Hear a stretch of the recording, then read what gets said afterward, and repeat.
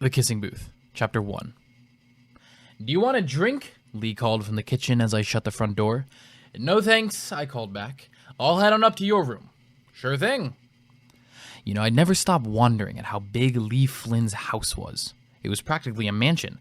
There was a room downstairs complete with a 50-inch TV and surround sound, not to mention the pool table and heated pool outside. And even though I treated it like a second home, the only place I felt really, really comfortable was in Lee's bedroom. I opened the door and saw the sunlight spilling in through the open doors leading to his small balcony. Posters of bands covered the walls. His drum kit sat in the corner next to a guitar, and his Apple Mac was proudly displayed on a smart mahogany desk that matched the rest of the furniture. But, just like any other 16-year-old boy's room, the floor was littered with old t-shirts, underpants, and stinky socks. A half-eaten sandwich festered next to the Apple Mac, and empty cans were strewn over almost every surface. I launched myself onto Lee's bed, loving the way it bounced. We'd been best friends since we were born. Our moms knew each other from college, and I only lived a 10-minute walk away now. Lee and I had grown up together. We might as well have been twins. Freakishly, we were born on the same day. He was my best friend. Always had been, always will be. Even if he did annoy the hell out of me most days. He turned up just at that moment, holding 2 open bottles of orange soda, knowing I'd have drank his at some point anyway. "We need to decide on what we're doing for the carnival," I said. "I know," he sighed, messing up his dark brown hair and scrunching up his freckled face. "Can't we just do a coconut thing? Where they throw balls and try to knock the coconuts off?" I shook my head in wonder. "That's what I was thinking." "Of course it is." I smirked a little. "But we can't. It's already taken." "Why do we have to come up with a booth anyway? Can't we just manage the whole event and make other people come up with the booths?" "Hey, you're the one who said being on the school council would look good on our college applications." "You're the one who agreed to it." "Because I wanted to be on dance committee," I pointed out. "I didn't realize we had to work on the carnival too." "This sucks." "I know." "Oh, hey, what if we hired one of those, I made a swinging gesture with my hands, those things with the hammer, where they test your strength?" "Yeah, that thing." "No, they already ordered one of those." I sighed. "I don't know then. There's not much left. Everything's already taken." We looked at each other and both said, "I told you we should have started planning this sooner." We laughed, and Lee sat at his computer spinning around in the chair slowly. "Haunted house?" I gave him a deadpan look. Well, I tried. It wasn't easy to catch his eye while he was spinning around like that. "It's spring, Lee. Not Halloween."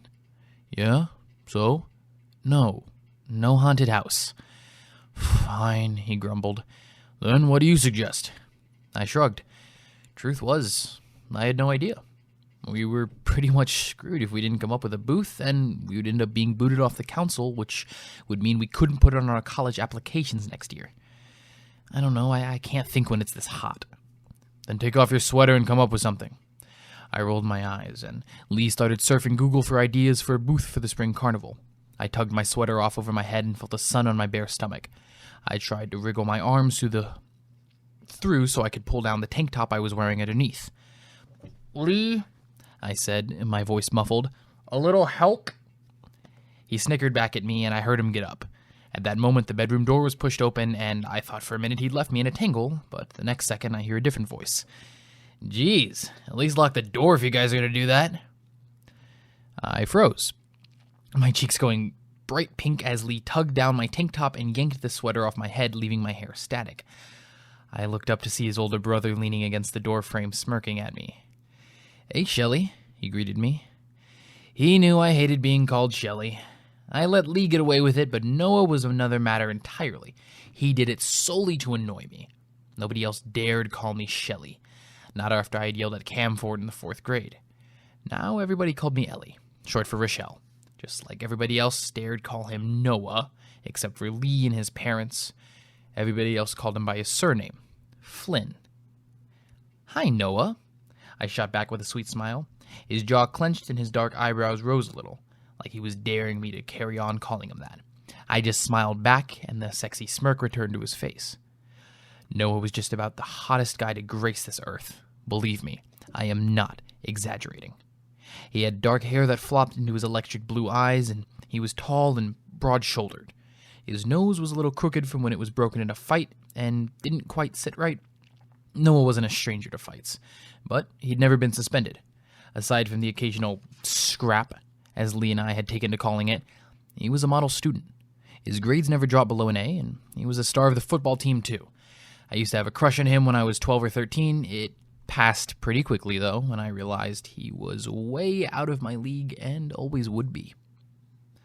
And even though he was unbelievably hot, I acted my normal self around him because I knew there wasn't a chance in hell that he'd ever look at me as anything other than his little brother's best friend.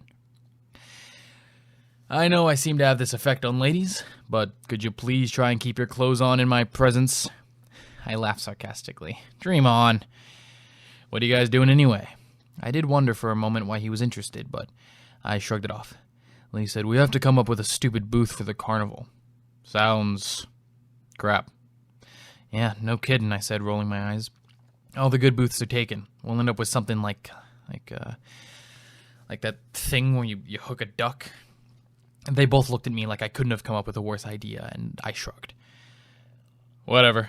Anyway, Lee, Mom and Dad are away tonight, so party at 8. Cool.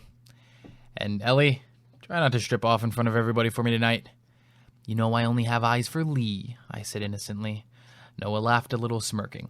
He was already tapping away at his phone, probably broadcasting the message around a party, just like Lee was.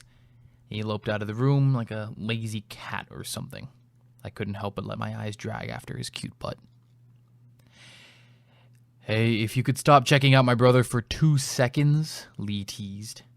I blushed and shoved him. Shut up. I thought you were over your crush. I am.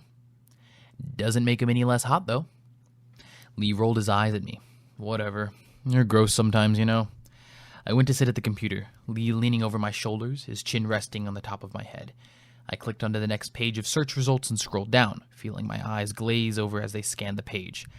I stopped, something catching my eye just as Lee started to say, "Hold up." We both stared at the screen for a few seconds. Then he stood up, and I spun the chair around to face him. Identical smiles stretching over our faces. Kissing booth, we both said at the same time, grinning. Lee held up his hand for a high five, and I smacked my palm against his.